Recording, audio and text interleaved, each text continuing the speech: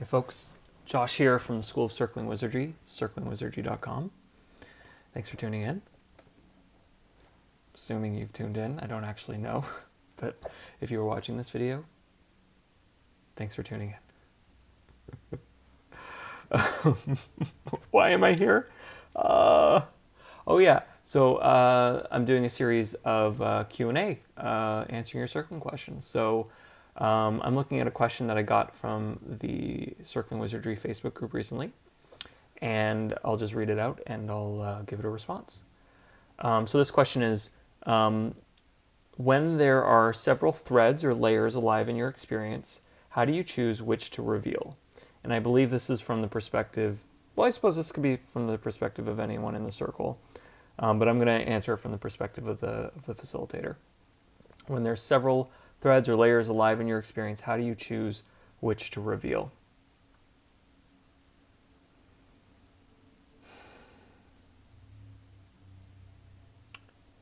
Honestly, my answer might sound too simple. Um, but what I go with is I go with what's most alive. In fact, even more than that, because some things actually I might share that aren't alive. I would go with what most has my attention. Um, so if I'm circling you and I'm super curious about what's beneath this thing, I might go with that. If I'm distracted by something that was said earlier, I might name that. If I'm feeling really impacted in a particular kind of way, I might name that. I just really I'm asking myself, where am I most drawn to, or what am I most aware of in where my attention is? It might be pleasant, it might be unpleasant. I just kind of go with it, and I think what's implied here, what has to exist for me to be just willing to just pick something and go with it is the framing that there's no right way and there's nowhere to get. My experience in circling, and I think a lot of people's experience in circling, it's a lot less so for me now, but it has been more true in the past. But it shows up for me in other parts of my life. Tell me if you relate with this. Trying to do it right, or even more for me, more true for me would be trying to do it the best way. What option do I choose that'll get me the best result?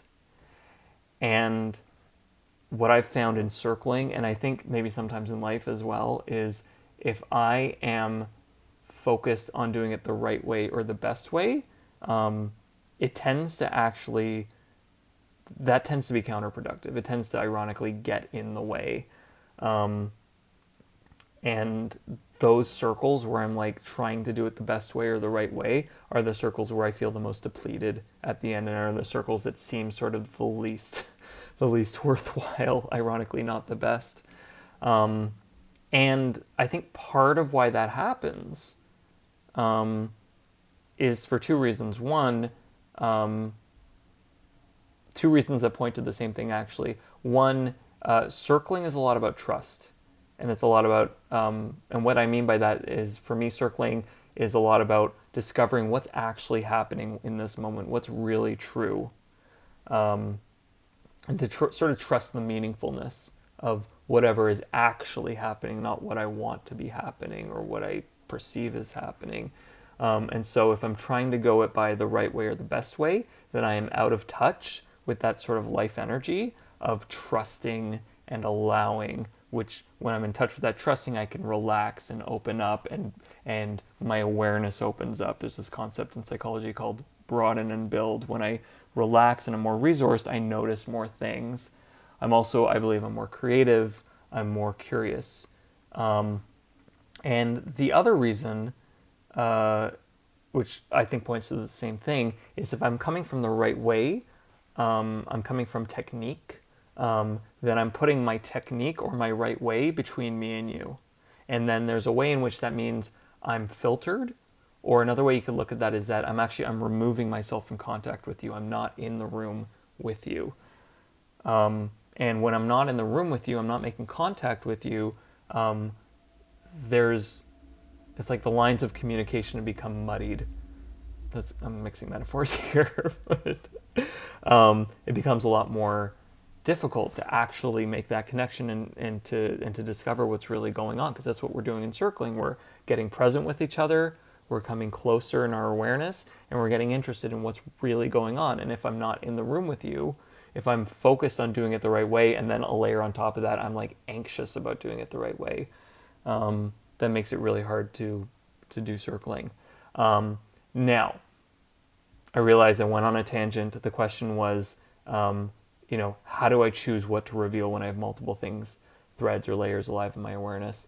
And my answer again is I just go with the thing that is most alive, or that is just most taking my attention, positive or negative, and I trust that that is the way that I sort of justify it to the part of myself that wants to do it the best way. Is I tell myself that that is the best way. It's a little hack code there, cheat code. But really, it's letting go of right way, just choosing something and going with it, and going on the roller coaster ride is like seeing where we end up.